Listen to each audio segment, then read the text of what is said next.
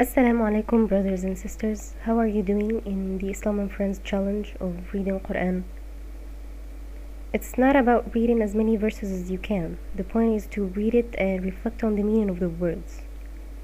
This series gives you an outline of Qur'an to help you follow and understand what you read. The first part of this chapter was mainly about stories of people who got commandments before us. This part is about the commandments given to this ummah. Let's get started. Please follow along using your book or the link in the description area.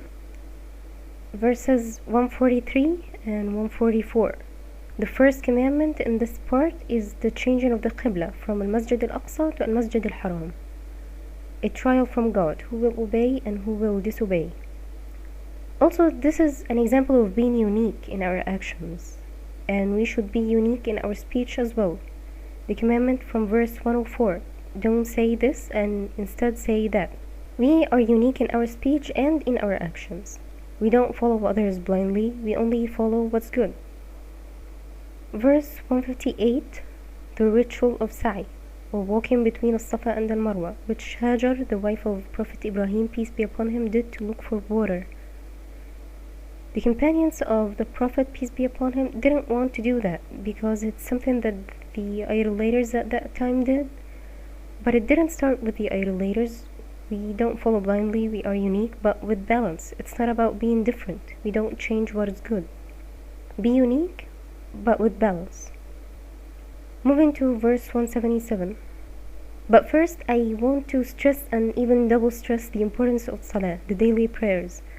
It was mentioned several times in this chapter. Verses 3, 110, 125, 153, 177, 238, and 277. This is other than the verses about Salah for previous people.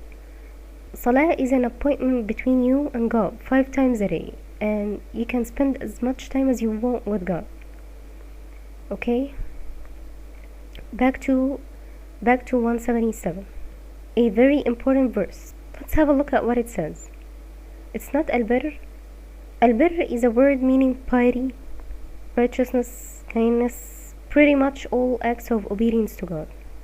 It's not Al-Birr that you turn your faces towards east and west, but Al-Birr is the one who believes in Allah, the last day, the angels, the book, the prophets. Not just believe, the verse doesn't end there, and gives wealth or money in spite of love for it to the kinsfolk, to the orphans, to the poor, and to the wayfarer, and to those who ask, and to set slaves free. Not just that, also performs the Salah, the daily prayers, and gives a zakah, the annual taxes, and those who fulfill their covenant when they make it. There's more, and who are patient in extreme poverty and ailment, and at the time of fighting. Such are the people of truth, and they are al-muttaqun. These are the guidelines for a major change given to you in this verse and all over this chapter. There are commandments given to maintain the relationship between you and other people, and there are also commandments for the relationship between you and God. Verses 178 and 179. This is the criminal law. 180. Laws concerning wills. 183. Worship-related laws. This one is about fasting. You will notice that a form of the word Taqwa shows up in verses 179, 180, and 183, and in several other verses. What does Taqwa mean? Taqwa is basically the awareness that God is more powerful than you, so seek refuge with Him against His punishment by being righteous, by following His commandments. To be one of al-muttaqeen or al-muttaqun is to be aware that God is more powerful than you. So don't wrong yourself and don't wrong others.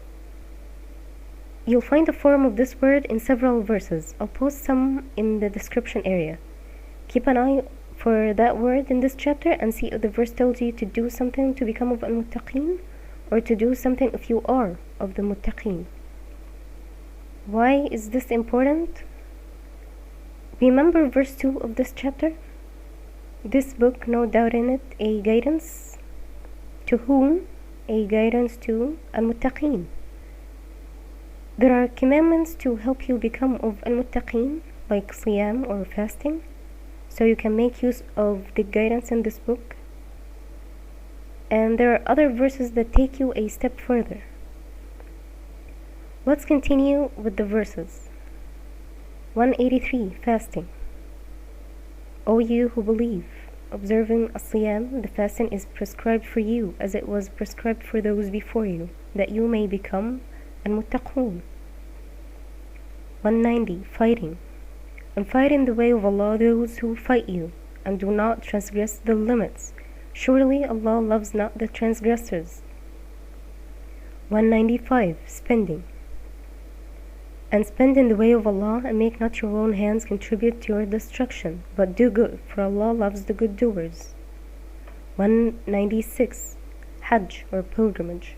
And complete the Hajj, the pilgrimage, and Umrah, the minor pilgrimage to Allah. These verses are about fasting, fighting, spending, and Hajj. Siyam teaches self-discipline. It helps you to focus on what's important, like standing for justice. Standing and fighting for justice needs money.